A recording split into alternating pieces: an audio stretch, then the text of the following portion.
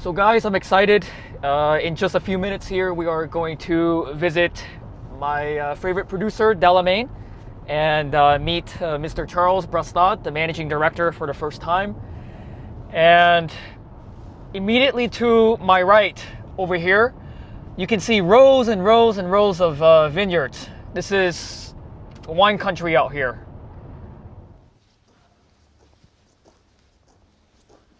Oh, there they are. Delamain Street. They have their own street right here. So this tells me we're not too far away. As a matter of fact, we're right at the doorstep. It's actually a place where we are going to keep a sample of cognac which we have been selecting. So you've got different bottle, different cognac, from a very young cognac like this one.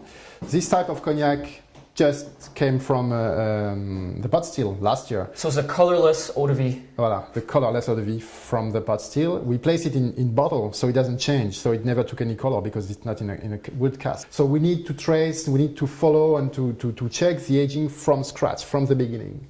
Then you have cognac which are darker to very dark. This is cognac we have been purchased to farmers at different age. So they will bring samples, small sample like those one.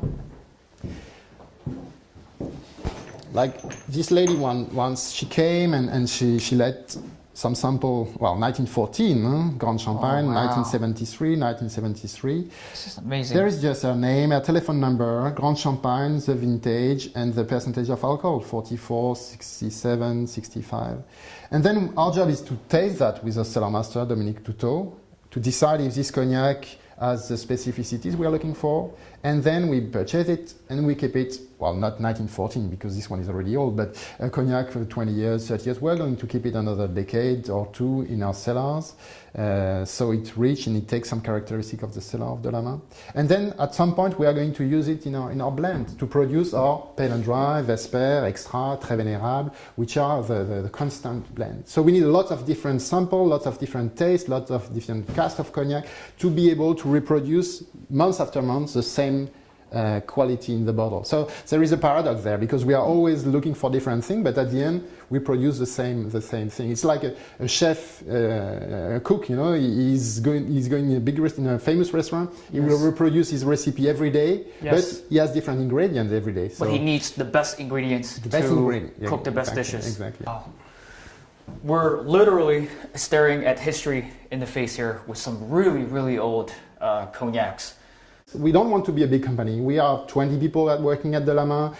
We produce in 1 year what the big company produce in 1 or 2 days. So very, very small, but we like this specification. We like to be small and to produce only those cognacs. And we have no other brand. We don't produce any other spirit. I mean, this is it. You won't find a bottle of a cheaper brandy if you ask for it. No, this is it. We start with a 25 years old Grand Champagne, pale and dry, and then go on with that. So this is unique.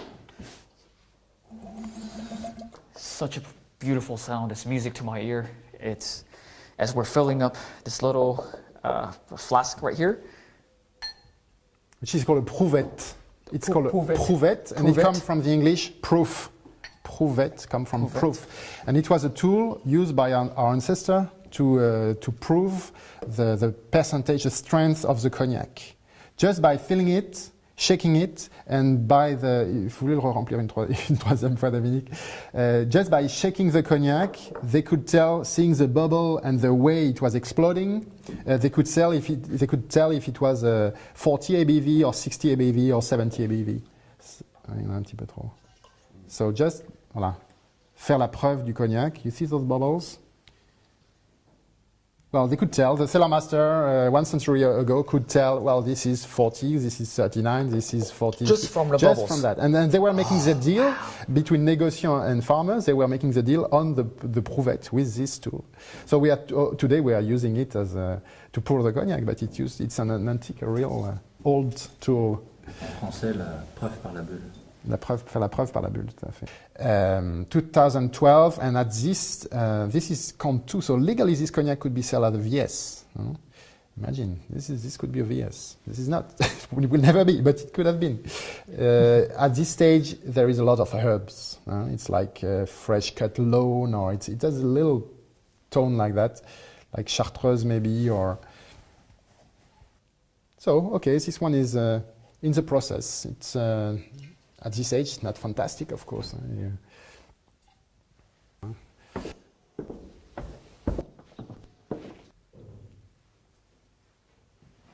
70%, 80% of our pleasure is knowing it. Then you drink it, and it's l'extase, but it's really important. The nose is very important. The more you train it, and the more pleasure you have to taste. It's like kids, you know, you give them a good environment, and then you just hope they will become a nice grown-up. Well, this one is turning very well. Absolutely. Let's taste something. It's amazing to witness the passage of time. Mm-hmm.